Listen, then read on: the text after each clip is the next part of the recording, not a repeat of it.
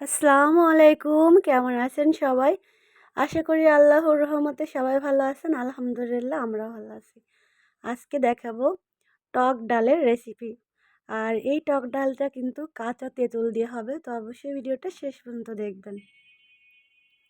এখানে আমরা মসুরির ডাল ফুটিয়ে নিয়েছি। আর মসুরির ডালটা কিন্তু এরকমভাবে ফুটাতে হবে যেভাবে ফুটালে ভালোভাবে ঘুটে নেওয়া যাবে।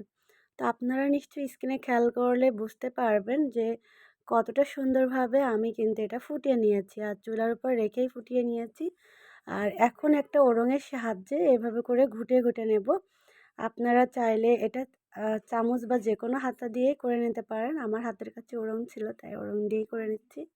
আর কড়াইয়ের ভিতরে এরকম করে করে নেওয়া যাবে, যেহেতু মুসুরির ডালটা আসলে বেশি একটা ফোটানো লাগে না, ওটা এমনিতে অল্পতেই কিন্তু সিদ্ধ হয়ে যায়। তো এটা ভালোভাবে আমি নিয়েছি। আর এখানে আমি এটা বাগার দেওয়ার জন্য নিয়েছি আদা রসুন বাটা আর নিয়েছি পেঁয়াজ কুচি। এটা দিয়ে আজকে বাগার দেব। তো ডালটা আমি ভালোভাবে আরও একটু ঘুটে নেব।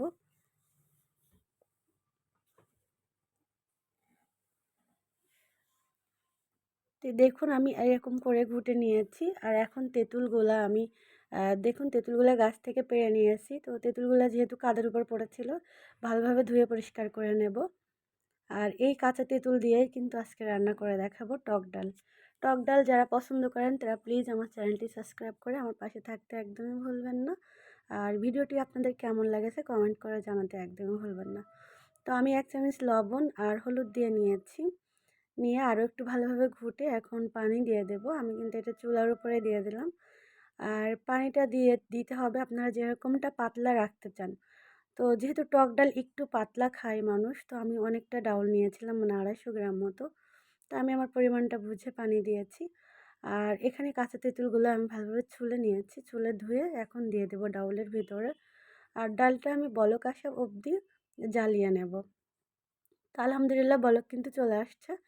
আর এদিকে বাগার দেওয়ার জন্য চলে আসলাম। তো তেল দিয়েছি আর তেলের ভিতরে আমি এখন আদা রসুন বাটা আর দিয়ে দিলাম পেঁয়াজ কুচি। তো আমি কিছুটা আস্ত জিরা দেব, মানে গোটা জিরা যেটা বলে সেই জিরাগুলো দিয়ে দেব। আর দিয়ে দিব এদিকে তো ডালটা আমি নামিয়ে নিয়েছি। গোটা জিরের সঙ্গে আমি কিছুটা সরিষা দেব, এটা হচ্ছে সাদা সরিষা। তবে সরিষাটা অবশ্যই দেওয়ার চেষ্টা করবেন, তাহলে সুন্দর একটা স্মেল বের হবে, ডালটা খেতে অনেক ভালো লাগবে। তো এরকম ব্রাউন কালার হয়ে আসার পরে আমি ডাউলটা দিয়ে দেব। তো মাশাআল্লাহ অনেক সুন্দর হয়েছে আমার ডাউল রান্নাটা। আপনাদের কাছে কেমন হয়েছে জানাতে একদমই ভুলবেন না। আর অবশ্যই একবার হলেও ট্রাই করবেন ইনশাআল্লাহ। তো আমি একটা বাটিতে এখন সার্ভ করে দেখাচ্ছি। কতটা লোভনীয় দেখাচ্ছে। যারা ডাল ভালোবাসে তারা তো অবশ্যই পছন্দ করবে। তো সবাই ভালো থাকবেন। আজ এ পর্যন্ত। আর ভিডিওটি ভালো লাগলে অবশ্যই আমাকে সাপোর্ট করবেন। আল্লাহ হাফেজ।